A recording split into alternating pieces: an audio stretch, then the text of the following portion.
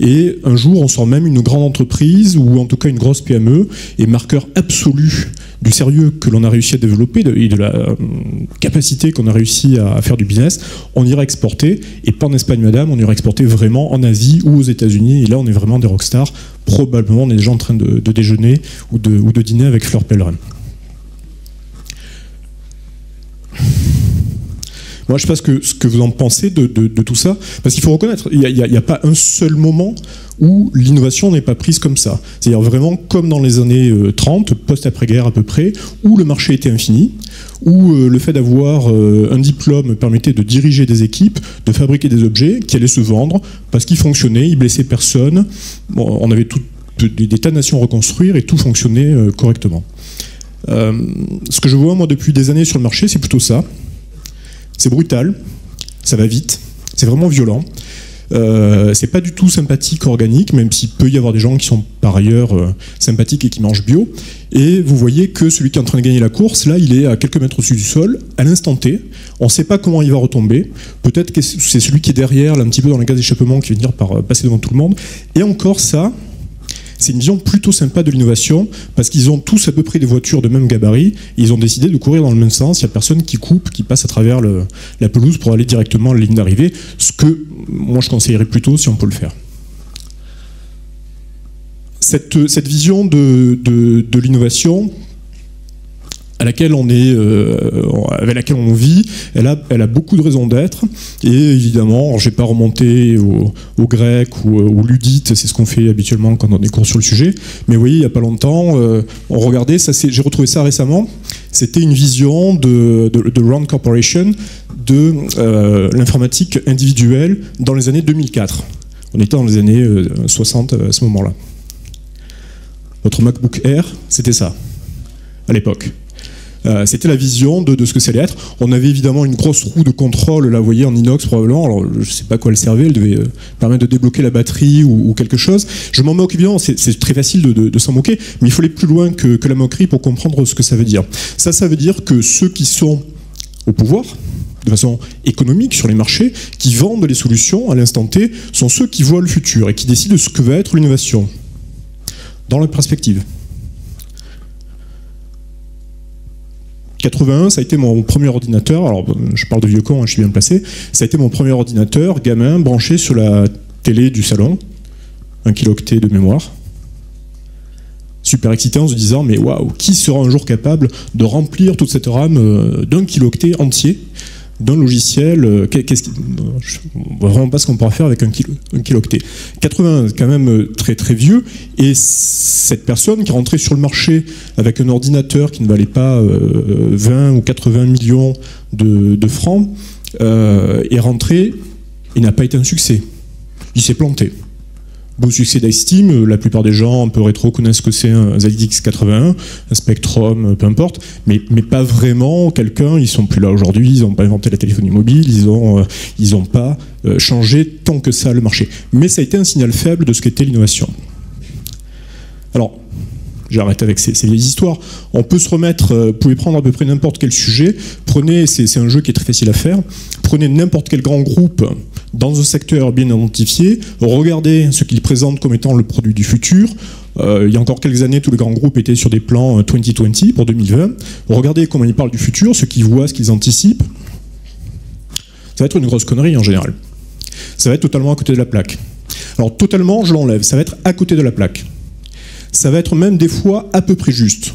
Et ça, c'est intéressant. Et je vais vous en parler tout de suite.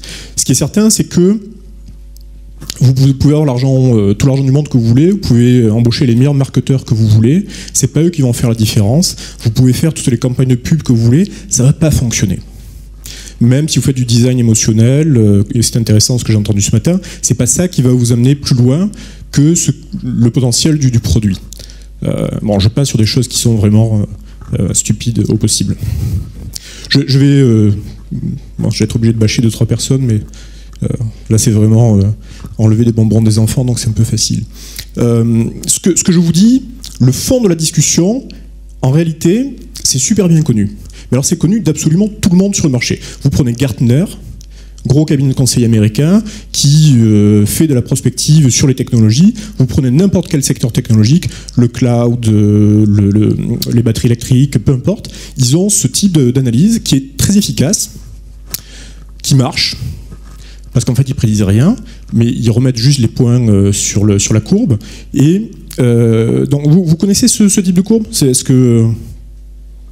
Pas plus que ça, c'est fantastique, c'est vraiment un truc qui est l'un des moteurs de l'innovation, et là, si je prends le temps d'en parler là, pendant quelques minutes, c'est que c'est vraiment un énorme moteur de l'innovation. Ce moteur de l'innovation, c'est, je vous le traduis libéralement, c'est une courbe d'excitation. Courbe d'excitation, première phase, vous voyez, hop, grosse montée d'excitation sur une technologie qu'on voit au laboratoire. Une technologie qu'on voit au laboratoire, c'est, prenons, voilà, 3D bioprinting. On va voir, on va pouvoir imprimer des organes en 3D. Alors vos MakerBot, excusez-moi, mais c'est un peu trivial. Maintenant, on sait faire des organes imprimés en 3D. Vous avez une oreille coupée, un nez coupé. On pourra reprendre quelques cellules. On va les faire repousser et on va vous faire un organe qu'on peut vous regreffer, tout à fait biocompatible, puisque c'est vos cellules. Et ça marche. Alors ça marche au labo. Ça marche bien au labo.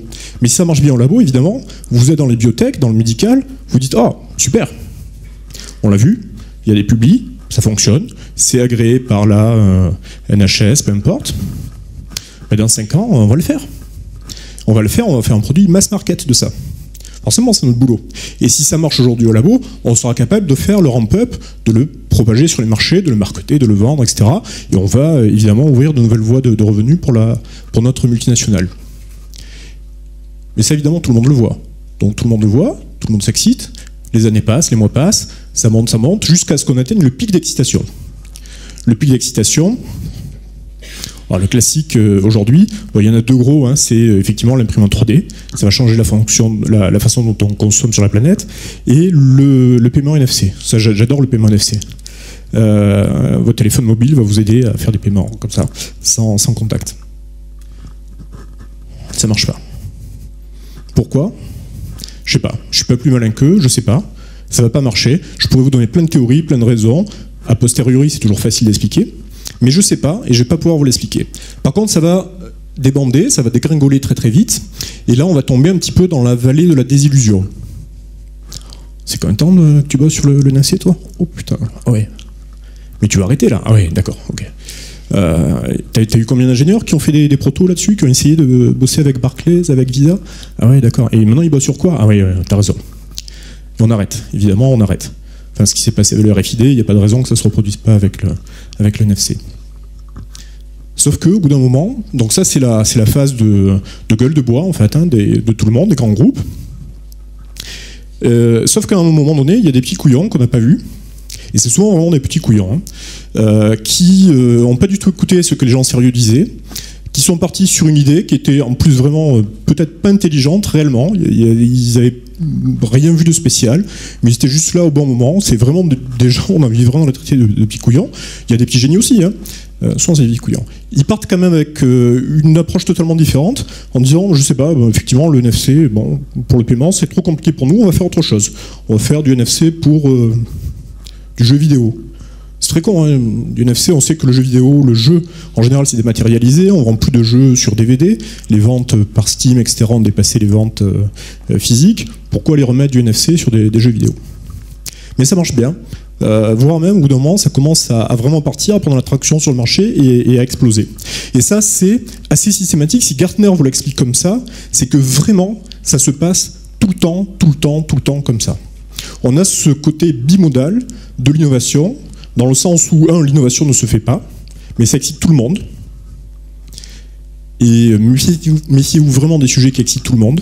Si un sujet excite tout le monde, il y a toutes les raisons de penser que vous êtes en train de vous exciter avec eux, que ça va vraiment se casser la gueule. Ne misez pas vos économies personnelles, hein, sur des actions avec ce que je vous dis, je ne prends pas cette responsabilité. Des fois, ça marche aussi, mais statistiquement, non, ça ne marche pas. Par contre, ça va repartir souvent après cette phase de gueule de bois dans une autre direction où peut-être que ça a démarré déjà là tout de suite, mais par des gens qu'on ne voyait pas, qui n'étaient pas intéressants, dont on ne parlait pas parce qu'ils n'étaient pas dans l'ambiance du moment, dans la vision des choses que tout le monde avait du moment, que ce soit Oseo, les pôles de compétitivité, etc. Donc ça, c'est vraiment je peux dire, c'est une grosse vérité. parce qu'on la constate, ses métriques, etc. Évidemment, ça c'est a posteriori, on n'a aucune idée aujourd'hui, voilà, alors l'Internet des objets, qu'est-ce que ça va faire, qu'est-ce que ça sera, est-ce qu'il faut continuer à le pousser, est-ce que c'est intéressant? Je ne sais pas. Ce que je sais par contre, c'est que le M2M, le machine-to-machine, c'est un marché qui pèse plusieurs dizaines de milliards de dollars dans l'industrie. Donc la plante qui tweet qu'elle le possède, je ne sais pas, mais des machines-outils qui communiquent entre elles pour demander des stocks à l'usine, ça marche bien. Et là, vous avez déjà loupé le coche parce qu'eux, ils sont partis depuis assez longtemps. Ça j'y reviendrai, c'est vraiment un truc qui est très très important. Dans ma discussion old school, pure player, l'idée évidemment joue beaucoup autour de ça. C'est critique. Et vous allez voir que vous faites attraper de toute façon. Dans cette vision du futur, je vais passer vite, mais c'est quand même assez amusant. Je vais vous montrer ce que c'était l'ordinateur individuel dans les années 50, la version de 2004 qu'on aurait dû avoir, on l'a pas eu tout à fait comme ça, et ces visions du futur, on les a toujours. Et alors bon, moi j'ai mes côtés aussi un petit peu pop culture, j'aime bien regarder les anciennes séries ou les anciens films de science-fiction. Ils sont marrants. Et puis vous prenez un film des années 70 ou 80, vous avez ça, vous avez cet effet de décalage. Vous voyez les gens qui ont un petit peu réfléchi sur ce que serait l'avenir, ça serait quoi, quelles seraient les technologies qui seraient crédibles si on est dans les années 70 et qu'on montre un film qui serait en 2030, qu'est-ce qui serait crédible? C'est vachement intéressant de regarder a posteriori l'écart de visée. Cet écart de visée, en général, il n'est pas très grand. Et ça, c'est surprenant. Je vous montre une courbe d'excitation, de désexcitation et des choses qui repartent, mais l'écart entre les deux n'est pas très grand. C'est intéressant. Bon, ça, vous connaissez, normalement, sur des conférences techno, je n'ai pas besoin d'expliquer. Hein. On l'a tous, le communicateur universel. Alors, c'est pas tout à fait celui-là, c'est celui-là. Oui, c'est pas votre iPhone, hein, celui qui est le plus vendu sur la planète. Le marché principal aujourd'hui, c'est l'Inde plus le continent africain, essentiellement le continent africain d'ailleurs. Les États-Unis derrière, l'Europe, on apparaît, mais en troisième position. Alors les hologrammes. Celui-là était génial parce qu'en plus ça ressemblait à une mauvaise télé cathodique avec des parasites de canons électrons, on ne sait pas pourquoi, c'était un hologramme. Visiblement ils n'avaient pas réussi à régler le problème de la couleur non plus, c'était assez bizarre. Mais c'était une façon de montrer que c'était une technologie réaliste dans la vraie vie de ce moment de science-fiction. Donc ça on l'a aussi. Un peu à côté, méfiez-vous, hein, c'est toujours un petit peu à côté. Oui, ça marche pas très bien en plus. Je sais pas qui regarde en famille, là, 3, 4 ou 5 Top Chef en 3D sur la télé, chacun avec ses lunettes, ça marche pas très bien. Mais c'est là. Terminator, on l'a aussi. J'aime bien celui-là, je mets toujours celui-là parce qu'il ressemble à Wall-E du coup. C'est un robot israélien qui sert au déminage et sur lequel on peut monter évidemment des armes. Je ne vais pas tous les faire, mais le dernier, celui-là, il vous déstabilise en général, mais il est vraiment dans mon propos. La voiture volante de Blade Runner ou autre. On l'a. Oui, bien sûr qu'on l'a. Vous n'êtes pas venu en voiture volante ce matin? Non, j'ai pas disjoncté, je suis toujours avec vous. Hein. On l'a un petit peu à côté. Alors un petit peu à côté, c'est pas la voiture, c'est le bus. Mais on a le bus volant. Pour le prix d'un ticket de bus, vous faites Londres-Milan. 8,50 €. Taxe d'aéroport. Ok? Alors, d'accord, ça n'amuse peut-être que moi, mais ça c'est super important. Cet écart entre la vision que l'on construit là des choses et ce qui va vraiment se passer, c'est là où vous allez structurer ou pas une innovation. C'est là où les gens qu'on va appeler old school, pour arrêter de dire vieux con, vont être incapables de bouger, vont continuer à investir, à supporter des choses qu'ils ont déjà décidées par ailleurs. Si j'ai déjà investi 600 millions d'euros dans le NFC, je vais continuer à pousser du NFC. Je ne vais pas dire du jour au lendemain aux 30 000 personnes qui bossent avec moi, écoutez les gars, on s'est bien planté, on arrête tout, rentrez chez vous, on est un peu désolé, mais bon, c'est la vie, hein, the show must go on y va, et on va repartir sur un truc qui est plus intéressant. On ne peut pas faire ça. Et l'argent, le business, le changement de marché va s'opérer ici. Le jeu est là. Bon, Kodak, je ne commande pas, c'est tellement facile. Newsweek. Regardez quand même dans l'actualité, aujourd'hui, tout ce qui est en train de tomber, tout ce qui est en train d'être détruit petit à petit. Virgin aussi, je ne commande pas. Regardez ceux qui sont là, au bord, là, qui sont en train de tomber. Vous savez ce que c'est, ça? Produit phare de Hewlett-Packard, HP. Produit phare. Vous imaginez? Et cela fait téléphone. Machine à café, je ne sais pas, mais on peut imaginer qu'un partenariat Nespresso n'est pas loin. Ça vous intéresse, ça? La destruction de ces acteurs va vraiment aller jusqu'au bout. Les gens qui ne voient pas le futur, au bout d'un moment, ne vont plus avoir, aussi gros soit-il, ne vont plus avoir de cash pour continuer d'avancer. La question se pose vraiment pour Microsoft en ce moment. Je ne vais pas faire de Microsoft bashing, je pense que là, dans le contexte, la plupart des gens dans la salle seraient supportifs, mais je ne vais pas prendre le risque. Microsoft va probablement encore vivre en dépensant pendant 5-6 ans la trésorerie de guerre qu'ils ont. Ils n'ont pas pris le virage du mobile, une fois, 2 fois, là c'est la 3e fois. C'est dur de se relever de ça. Bon, il y a des décisions managériales qui ont été prises à haut niveau, on verra ce que ça donne. Culturellement, cette destruction, on l'a partout. Kali en Inde, la déesse de la destruction, ce sont des forces vraiment primales de destruction qui sont aussi des forces créatrices. Et c'est là où les pure players vont jouer. On a ça, Goya avec Chronos, le Moyen-Âge, d'autres univers. Aujourd'hui, on a ça. Alors, c'est un peu moins glamour, mais ça, c'est une grosse force de destruction. Et oui, essentiellement, l'argent vient de là. Encore que les vols pas chers, c'est pas le plus prépondérant. La force de destruction, elle vient de là. Dans ma discussion pure player old school, c'est pas que des jeunes malins contre des vieux cons.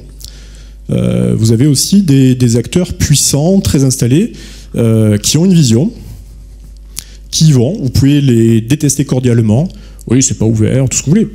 Absolument. Moi, sur le fond, je suis d'accord avec tout ce que vous voulez, mais ce sont des gens qui sont une vraie force de destruction créatrice sur les marchés.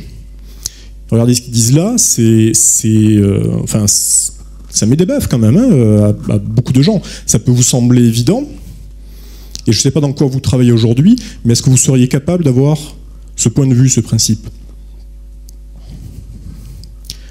Prochaines années, je ne sais pas. Mais ça, c'est mes paris. Je crois que j'avais des gens dans la salle, on s'était vu pour X raisons il y a 3-4 ans. J'annonçais déjà que BlackBerry était mort. C'était des zombies sur pattes. Merci. Voilà, ils sont tombés. À un moment donné, on bascule, on peut plus se relever. Alors on fait quoi? 2 grandes solutions.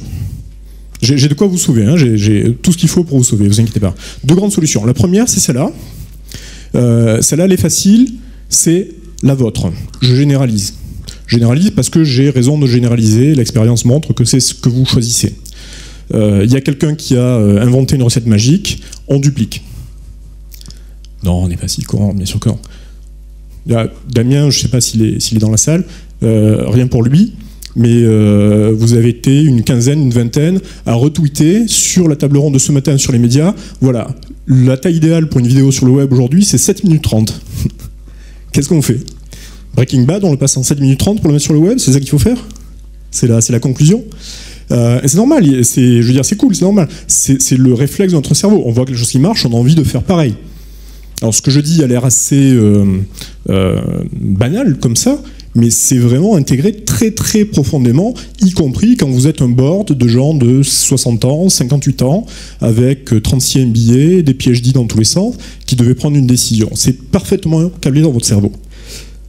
Bon, c'est pas la solution que j'aime, parce qu'elle vous rend quand même assez stupide, et elle conforte ça. La deuxième solution, c'est celle-là. C'est très court. Oui, l'innovation, c'est brutal, mais ça doit être brutal. Là, on est le grand groupe et on y va, hop, hop, hop. Merde, qu'est-ce qui s'est passé? C'était un lapin, qu'est-ce qui s'est passé? Il nous a arraché la tête. Et attends, on est en armure, on a des épées de 2 mètres de long, qu'est-ce qui s'est... Le lapin, c'est un pure player.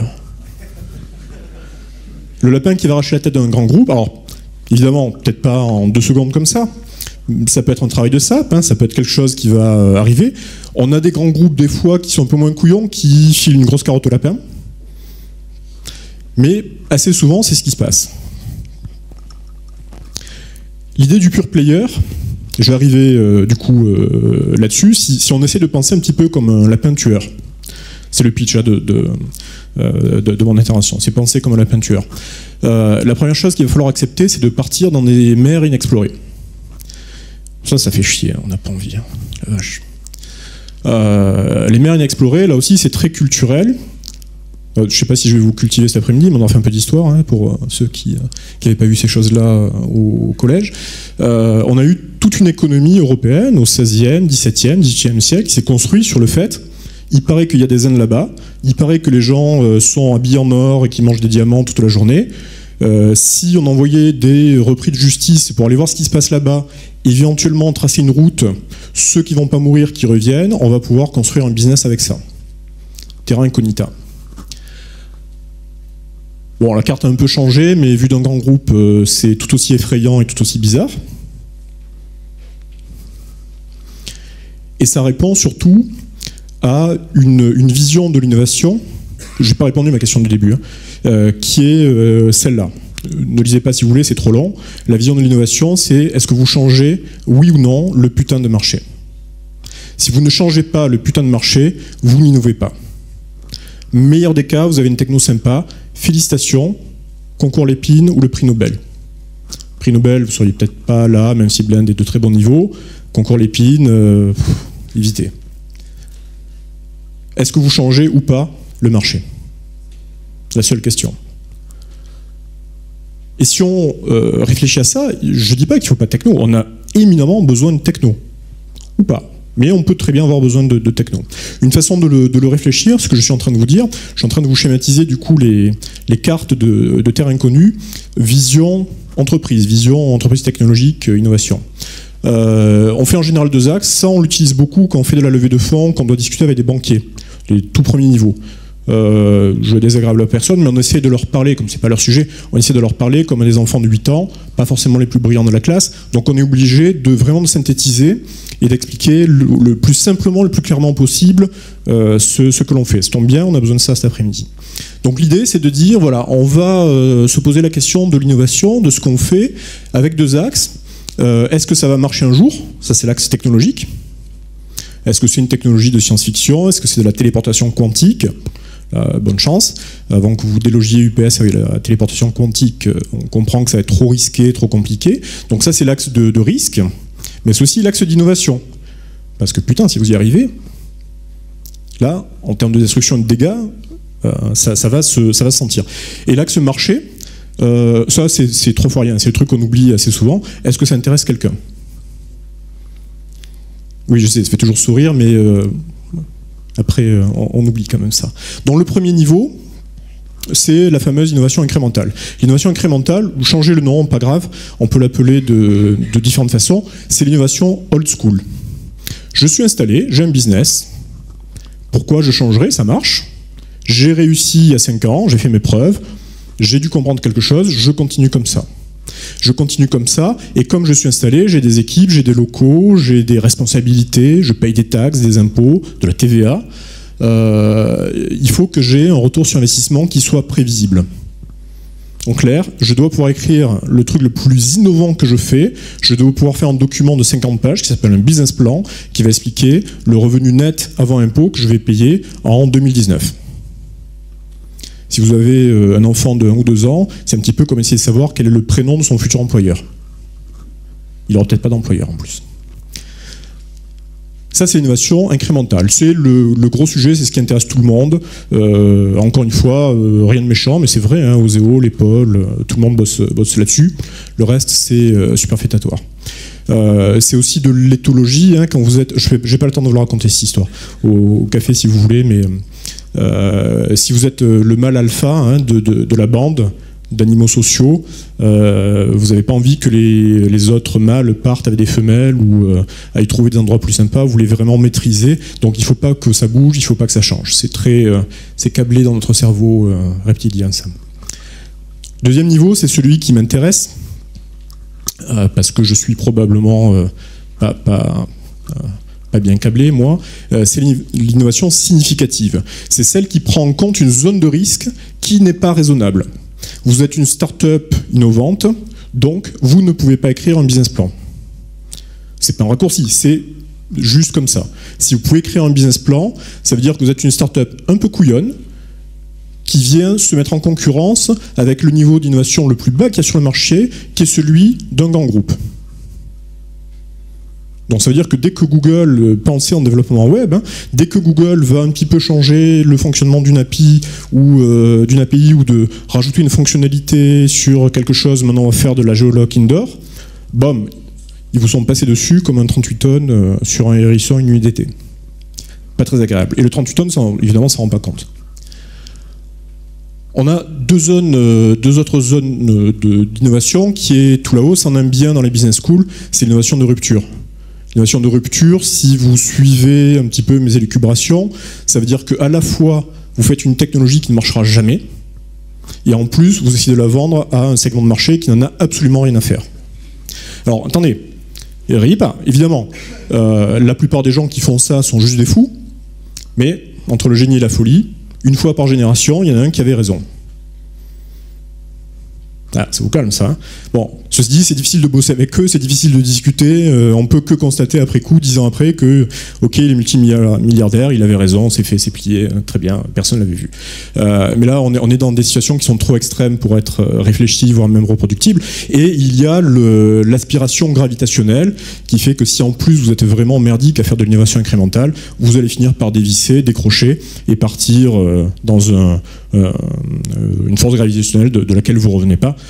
Aujourd'hui, vous pouvez lister effectivement Nintendo, Dell, Sony, etc. Il y a très peu de chances qu'ils sortent de ce puits dans lequel ils sont partis aujourd'hui. Cette discussion sur le risque et sur l'innovation, elle est vraiment au cœur de tout et de la réflexion de mon lapin tueur, de ce que j'appelle moi le pure player.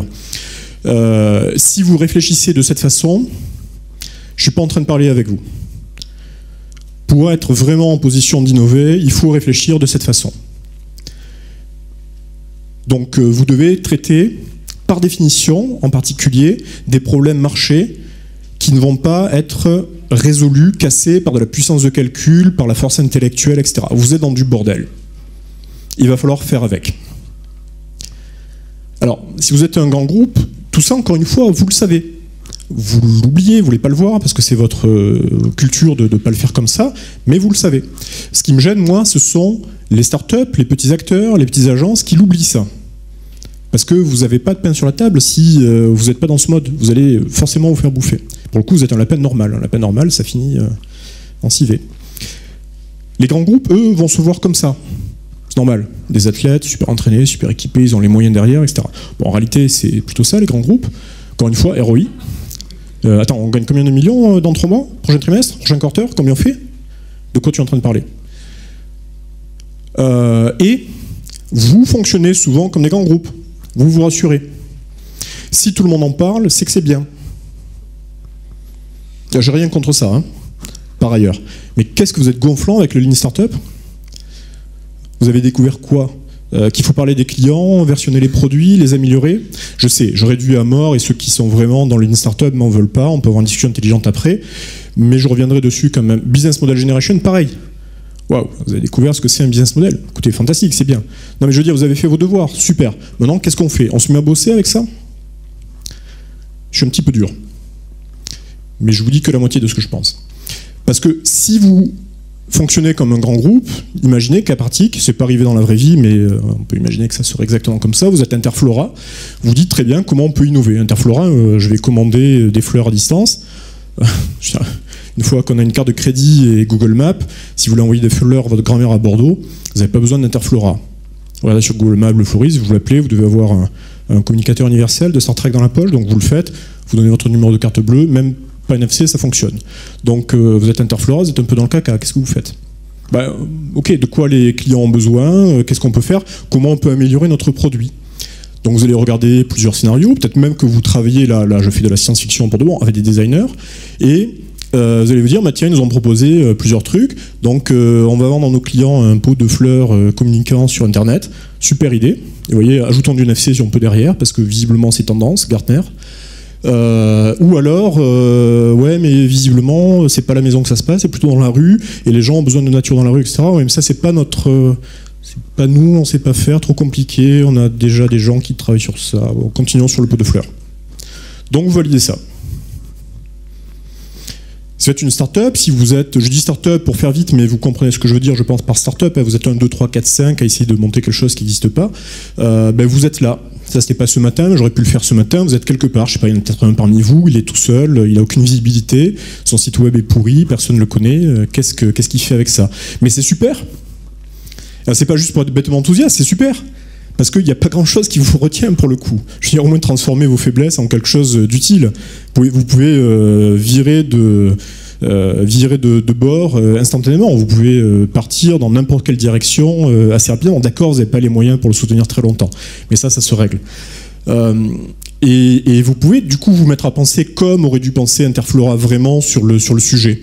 Si votre... Alors ça, c'est des gros si justement par rapport aux Lean Startup. Si... et je veux pas de technique, mais si la façon que vous avez de voir votre activité repose sur de la résolution de problèmes, vous êtes câblé pour résoudre des problèmes, vous êtes bon là-dedans, vous investissez là-dedans. Si vous êtes câblé différemment, on part différemment. Vous êtes peut-être un de ces fous visionnaires. Je ne choque personne en disant que Steve Jobs, qui était un fou paranoïaque, a été célèbre pour des tas de choses, notamment le fait d'avoir dit « ne parlez pas des clients, ils ne savent pas ce qu'ils veulent ». Pourquoi on irait discuter avec des clients pour savoir quel est le nouveau iPhone qu'on va sortir? Franchement. On va faire un iPhone, alors du coup oui, avec l'écran plus grand, plus petit, avec du NFC, parce que c'est ce que les clients nous demandent. Non, on ne fait pas ça. Donc vous avez le droit aussi d'avoir un risque assez fort et d'avoir une vision que personne n'a sur le marché. Vous ne pouvez pas faire du Lean Startup avec ça. Ou vous pouvez être excellent dans un métier parce que vous êtes un ingénieur pur, un PhD, et que vous avez quelque chose qui sort du labo, vous n'avez aucune idée de l'application du marché, etc. Mais vous savez que vous êtes extrêmement bon là-dessus. Vous pouvez être Leica. Leica, c'est très cool. Leica, c'est pas mort. Leica se gave sur les marchés aujourd'hui avec des produits qui sont éminemment bons, qui ont une énorme valeur ajoutée, alors qu'évidemment Kodak, etc. Canon, imaginez Canon et Nikon. Vous les connaissez encore ces marques? Sérieusement, Canon et Nikon, dans 5 ans, qu'est-ce qu'ils font? Android? Des téléphones mobiles? Des appareils photo? Qu'est-ce qu'ils vont faire? Leica n'a pas ce problème. Vision métier très forte. Je zappe un petit peu parce que ça serait trop long. Qu'est-ce qu'on fait avec ça? Si vous avez une vision, si vous ne faites pas piéger dans cette courbe bimodale de l'innovation, si vous comprenez à peu près le fait que les core players, les leaders du marché ont une vision qui est trop figée, pas assez risquée, parce qu'ils n'ont pas la vélocité, parce qu'ils n'ont pas l'agilité, comment vous pouvez vous en emparer? Si vous êtes petit, malingre, mais que vous avez un petit peu envie d'en bouffer. Comment vous pouvez vous en emparer? Alors, on avait fait un travail avec des groupes de clients il y a pas longtemps. On avait retenu, c'est quasiment pas de moi, donc j'en suis assez fier pour le coup, 5 grandes idées. Plus c'est petit, plus c'est mignon, on n'a peur de rien. Vive la crise en particulier. Hein. Toutes les crises économiques, alors ne me citez pas sur Twitter là-dessus parce que ça va paraître un petit peu bizarre, mais toutes les crises économiques sont des fabuleux terrains de jeu. Si vous voulez innover, attendez une crise. On a un marché, un terrain de jeu qui est extraordinaire pour innover, à cause de la crise. C'est-à-dire que tout... Non, il n'y a pas le son dessus. Si, il y a le son là-bas. Donc tous les anciens acteurs du marché, je n'ai pas dit autre chose, sont dans la panade. Ils sont en train d'essayer de réinventer ce qu'ils ont fait il y a 10 ans, en ajoutant des fonctionnalités, en mettant du Wi-Fi sur des pots de fleurs, etc. C'est un super terrain de jeu pour démarrer des choses.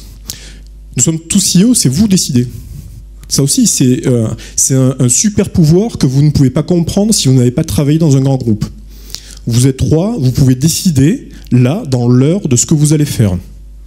Entre ce que vous avez décidé et ce qui va se passer, vous aurez, d'accord, un problème de moyens, mais vous n'aurez pas un problème de logistique, de décision, vous n'allez pas vous rendre compte 18 mois après que la filiale machin n'a pas fait et que ça ne marche pas. C'est juste magique. Être une rockstar, ça vous fait mal. Parce que, je sais pas, mais je pense, la France, notre vieux fond catholique, alors que plus personne va à l'église, je sais pas. Mais non, mais bon, moi ce que je fais, c'est pas mal. Et... Non, putain, ça doit être putain de remarquable. Si vous n'êtes pas une rockstar dans votre métier et que vous êtes tout petit, arrêtez. Et encore une fois, rien de méchant. Vous avez besoin d'un tel niveau de risque à accepter, à transformer en une réalité pour arriver sur le marché, que vous avez besoin de devenir une putain de rockstar. Et je suis pas en train de vous faire un truc de self-motivation à l'américaine, oui on va y aller, on va tous les bouffer, comme dans les années 80, c'est pas ça. Vous avez intérêt d'être super fier, super exigeant, monomaniaque sur ce que vous faites. Ça ne va pas vous laisser beaucoup de place ensuite pour tricoter, rajouter des fonctionnalités et de la techno. Et rêver de sushi, ça c'est une mauvaise blague, mais il y avait un film qui était sorti il y a 1 ou 2 ans sur l'un des plus grands maîtres sushi japonais qui a 80 ans, qui n'a fait que ça toute sa vie, faire des sushis. Il fait juste les sushis parfaits évidemment à Tokyo, dans un restaurant qui a 6 places, littéralement sorti d'un garage souterrain. Le restaurant est propre par ailleurs, mais il ne fait que ça. Son fils a 55 ans, il travaille avec lui depuis qu'il est gamin, et il ne sait pas faire des sushis. Son père le laisse à peine faire des sushis de temps en temps parce qu'il ne sait pas encore faire des sushis. C'est ce niveau d'exigence aussi qui est, et le grand-père explique qu'effectivement toutes les nuits il rêve de sushis. Alors rêvez pas de votre web app ou de je sais pas quoi toutes les nuits, mais quand même, ce niveau d'exigence, quand je vous dis soyez une rockstar, ça se paye aussi par cette implication. Tant pis si je suis élitiste, mais c'est pas un mot péjoratif. Les lapins tueurs, ils sont armés comme ça. En pratique, ce que je vais vous donner est une recette. Donc si vous l'appliquez, elle ne va pas marcher. N'importe quelle recette, n'importe quelle méthodologie que je peux vous donner est stupide par rapport à ce que je vous dis. Donc je prends ce risque de la stupidité pour au moins vous donner des pistes de réflexion. Si vous reproduisez ça tel quel, vous êtes mort. Par définition, ça a été fait, ça a été réfléchi, donc il faut faire autre chose. Mais regardez, ça a son intérêt, ça a eu son intérêt en tout cas. Vous avez peut-être 1 ou 2 chances de le faire remarcher dans certains cas, mais ce niveau d'exigence aussi que j'essaie de vous transmettre sur ce que c'est que de devenir ce lapin tueur, c'est d'aller dans ces zones inexplorées et donc de ne pas faire ce que tout le monde est en train d'appliquer. Encore une fois, si tout le monde est en train de faire du Lean Startup aujourd'hui, c'est pas juste pour être contrariant, mais il y a quelque chose qui se passe mal, parce que le Lean Startup ne va s'appliquer qu'à une partie des activités. Et j'arrête avec ça, c'est promis. Donc là, ce qu'on fait, c'est que nous, quand on travaille réellement sur ces sujets, ce qui est 100% de notre temps, que ce soit des startups ou des grands groupes, ce qui est plus compliqué mais du coup plus amusant, et mieux payé, il faut se le dire aussi, on prend une description d'un business model. Donc vous savez tous maintenant ce que c'est comme business model, normalement, si vous ne le savez pas, regardez sur Internet. Nous, on le fait différemment parce qu'on est casse-pied, on est contrariant. On est aussi des connards élitistes sur plein de sujets. Et nous, le business model, on le décrit en disant, bon, essentiellement, c'est 3 choses, je ne vais pas vous le faire. Hein. C'est 3 choses, c'est comment vous connectez de la valeur ajoutée à des clients. Et il y a un véhicule de tout ça, ça s'appelle un produit. Produit-service, je ne sais pas faire la différence. Là aussi, si vous voulez avoir la discussion au café, je l'aurai avec vous volontiers. Je ne sais pas si vous avez des gens qui font du marketing des services par opposition du marketing des produits. Ma suspicion, je vous le dis là très poliment, peut-être une caméra qui tourne encore, c'est qu'il y a un truc qui ne va pas bien. Je vous le dis très, très poliment. Donc on essaie de connecter de façon la plus efficace possible en termes de logique de business cette notion de valeur ajoutée vers des clients.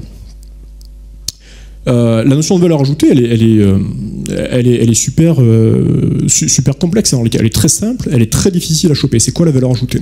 La valeur ajoutée, c'est ce qui vous permet d'aller dans la zone très risquée. C'est d'aller créer une valeur au-dessus des autres. C'est de faire quelque chose que les autres ne font pas, donc qui est vraiment ajouté, et qui est vraiment une valeur dans le sens où les clients vont la comprendre, l'adopter, même si des fois il faut un peu leur taper sur la tête pour qu'ils comprennent, ça fait partie du jeu dans certains cas de figure, et qui vont la trouver par contre violemment intéressante. C'est le niveau où effectivement il faut être une rockstar, on ne peut pas se complaire dans une forme de médiocrité. On ne peut pas à nouveau réfléchir de façon old school en disant bon, allez, j'ai un journal, j'ai l'édition du jour, je vais faire l'édition du week-end, je vais mettre un truc pour les femmes dedans, ou sur le bricolage, j'alterne de temps en temps. Je vais parler un petit peu d'immobilier de temps en temps, parce que bon, le prix du mètre carré à Lyon, ça fait vendre toujours sur la région, hein, à Marseille, à Paris, partout. Je vais parler un peu de géopolitique, surtout, je vais mettre les programmes télé, hein, parce que ça c'est et l'horoscope, et la météo, ça fait vendre, c'est super. Là, je pense que j'ai bien couvert hein, tout ce que je peux faire sur un journal d'intéressant. Alors une stratégie de petits lapins agressifs et très énervés, ça serait de dire vous êtes vraiment des abrutis, on va élaguer tout ça dans votre business model qui est un journal. On ne va pas forcément dématérialiser, on va pas devenir pure player dans ce sens, mais on va devenir pure player de juste une partie de ce que devrait être votre valeur ajoutée. On va prendre juste un truc qui est intéressant chez vous, et là, on va le développer comme des cochons, comme des porcs. On va être des rockstars de ça. On va le monter en pointe, en exergue, on va rien lâcher sur cette partie microscopique, même des fois extrêmement segmentante, qui est peut-être une niche chez vous, mais nous, on va tout construire là-dessus. Gros risque. Quelques exemples de ça. Un petit oiseau bleu, normalement, vous connaissez. Mais regardez quand même le drame qui est Twitter pour les médias. 5 minutes ? Ok. Regardez le drame qui est Twitter pour les médias. Quelle est la dernière fois, évidemment, qu'un journal papier a annoncé Breaking News, Obama est mort? Non, restez là, cas de figure. Vous savez, ça va arriver sur Twitter en premier. Donc du coup, la fraîcheur de l'information, elle vient d'où maintenant? Papier? Ok, on change de sujet. Et en même temps, vous sortez un journal tous les jours. Allez, un hebdo. Vous avez des choses à dire tous les jours? Toutes les semaines? D'intéressantes? De fouillées? De profondes? Non. Qu'est-ce qui se passe si on sort un journal tous les 6 mois? Alors, ok, ça va pas être un journal, ça va être un pavé maintenant peut-être de 200 pages, mais là on a le temps.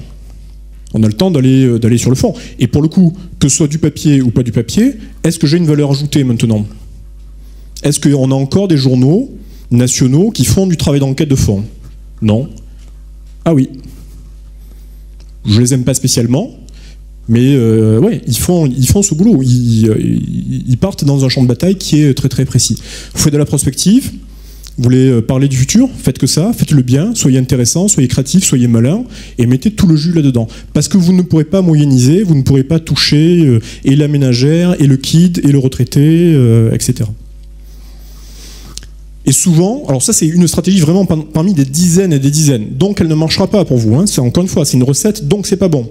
Mais c'est juste pour essayer de kickstarter un petit peu votre cerveau, votre façon de penser autour de ça. La plupart du temps, ceux qui prennent ce type de stratégie, Dropbox, pourquoi vous utilisez Dropbox? Dites pas le contraire, vous êtes une majorité à utiliser Dropbox. Pourquoi? Parce que vous n'avez pas besoin de savoir comment ça marche, vous n'avez pas de réglage à faire, vous l'avez téléchargé, vous avez rentré mot de passe, boum, ça fonctionne. Ça ne vous a jamais piégé. Je suis parti ce matin, j'avais fait ma présentation ailleurs, c'était sur le laptop à jour, je l'ai sur mon téléphone aussi, je m'en suis pas occupé. Ça marche, c'est tout. Vous avez des droits d'écriture, de lecture, de versionnage différentiel, non, on s'en fout.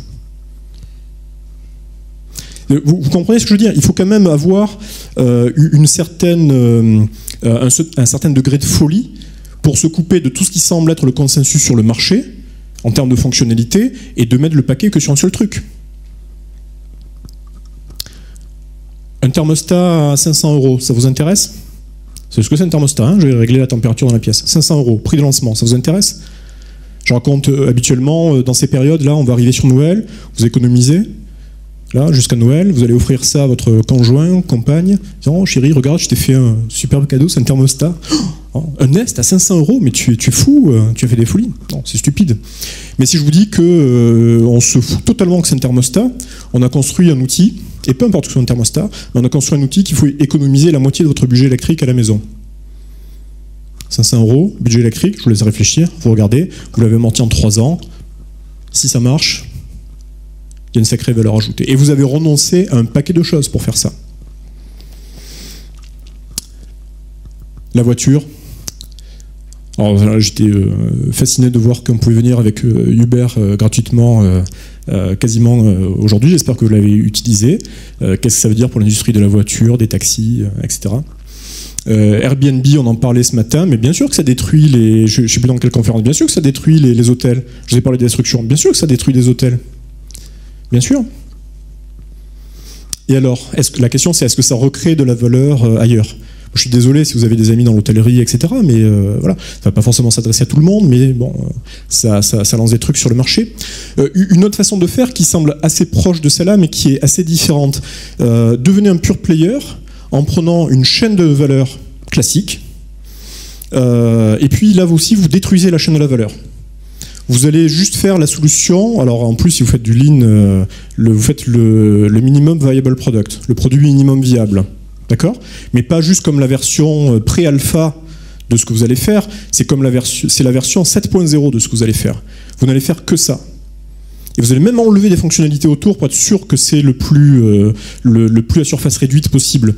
Il y a une bataille énorme aux États-Unis. En France, pour des raisons très administratives, c'est un petit peu différent, notamment tout ce qui est taxe autour des emplacements. Mais aux États-Unis, il y a une bataille fantastique entre les food trucks qui font vraiment, qui sont hyper variés maintenant, qui font de la nourriture de très très bonne qualité et qui viennent se garer des fois juste à quelques mètres d'un restaurant. Et qui en plus, selon le jour où c'est, vont se garer en face de notre restaurant. Mais ça marche super bien, bien sûr que ça marche super bien. Le modèle économique de ça est juste fantastique. Ça se transpose aussi pour des activités qui ne sont pas des activités de genoux. On peut très bien, si on est très très old school dans un marché qui est très long, très puissant, très réglementaire, utiliser ces méthodes de fonctionnement, de réduction de surface pour avoir la version. Je raconte l'histoire, je vais arrêter. Je raconte l'histoire souvent de Top Gun et de Tom Cruise comparé à ça, mais le modèle économique est délirant. Vous aurez mes autres slides, en fait juste un, je vous en montre un aussi, c'est aller prendre des clients normalement qui ont des besoins qui sont pas du tout compatibles, un truc complètement fou. On va prendre des clients qui ont envie de faire du tourisme, plus des clients qui ont besoin de se faire soigner. Et on va faire une offre unique avec ça. On va faire du tourisme médical en Inde. Les chirurgiens indiens sont formés la plupart du temps en Angleterre. Ne sont pas recrutés par les hôpitaux anglais parce qu'ils n'ont pas le bon passeport, retournent bosser en Inde pour une fraction du prix avec un niveau de compétence qui est absolument équivalent, si ce n'est supérieur à ce que le service de soins anglais propose, et avec un délai effectivement qui est au bout d'une semaine, vous avez booké une intervention. Je conclus. Tac, tac, tac. 3 points. Essayez de garder ça. Regardez ça, c'est vraiment marrant, ce décalage, et surtout ce décalage. Ce qui est marrant, c'est qu'il n'est pas énorme à chaque fois. C'est juste un petit peu de la plaque. On sait qu'il ne va pas y avoir de carte de crédit NFC.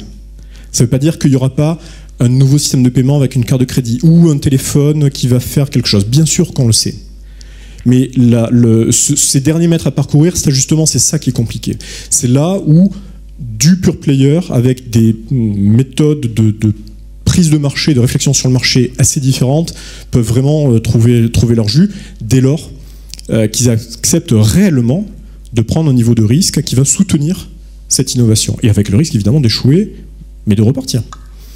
Je vous ai mis plein de recettes, vous les trouverez sur le site, j'ai pas de publicité à vous faire, mais vous les aurez sur le site. C'est téléchargeable aussi sur le site. Si vous savez utiliser Google, vous devrez arriver à retrouver tout ça. Il n'y a pas de recette. Si vous appliquez une recette, vous êtes mort. Si j'ai quelque chose à vous transmettre, c'est ça. Merci.